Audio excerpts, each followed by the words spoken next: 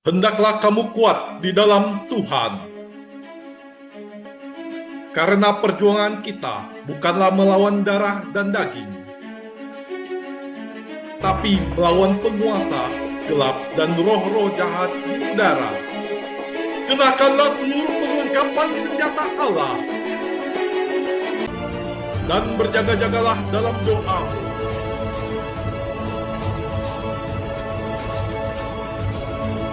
Legion of Jesus memberitakan kabar baik kepada semua orang.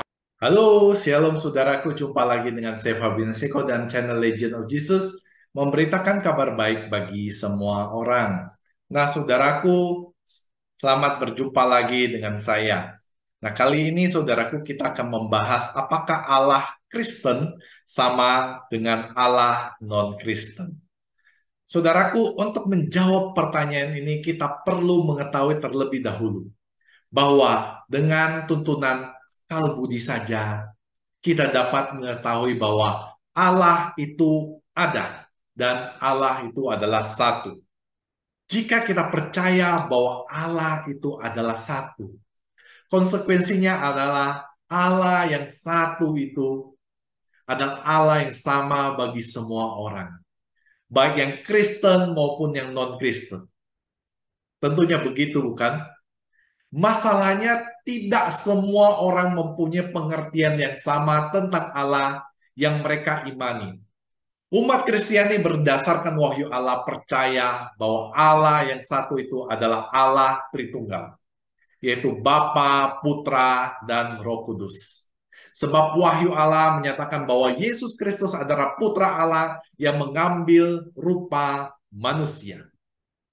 Di dalam Kristuslah berdiam seluruh kepenuhan kealahannya, sehingga umat manusia dapat melihat Allah, sifat-sifatnya, dan juga ajaran-ajarannya.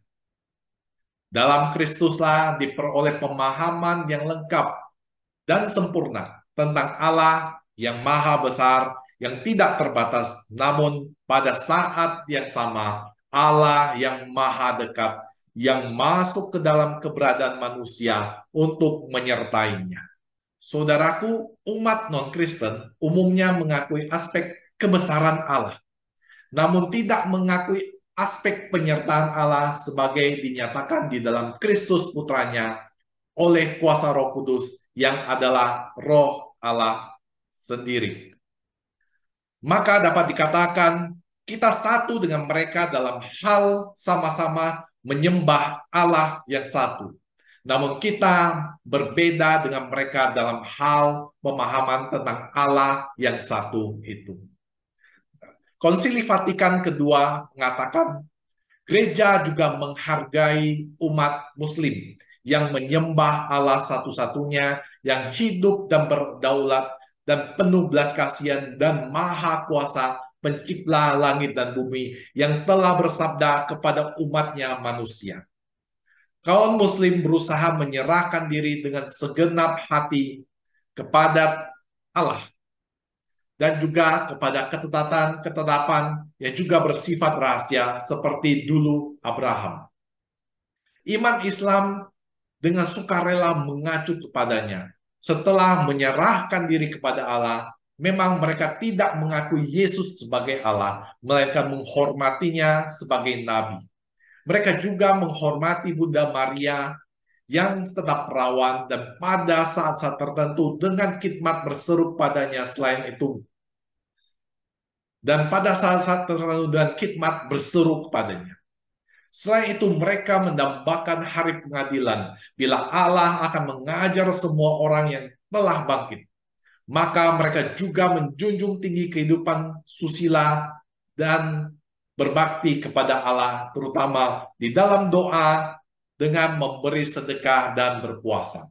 Memang benar di sepanjang zaman cukup sering timbul pertikaian dan juga permusuhan antara umat Kristiani dan juga umat Muslim.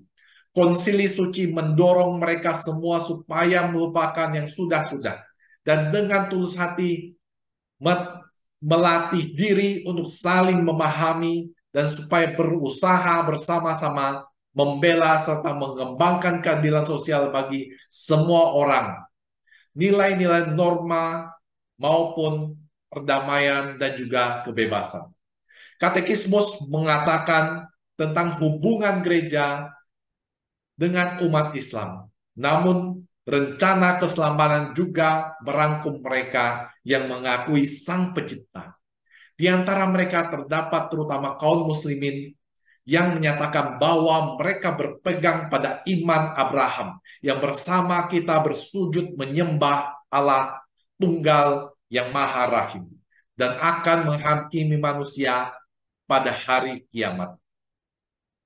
Demikian saudaraku, apa yang bisa saya sampaikan mengenai apakah Allah Kristen dan juga Allah non-Kristen itu sama. Sama-sama menyembah Allah yang satu. Namun ada perbedaan dengan mereka dalam hal pemahaman tentang Allah yang satu itu. Nah, demikian saudaraku apa yang bisa saya sampaikan. Semoga hal ini bermanfaat bagi Anda, menambah pengetahuan Anda, membuat Anda semakin beriman.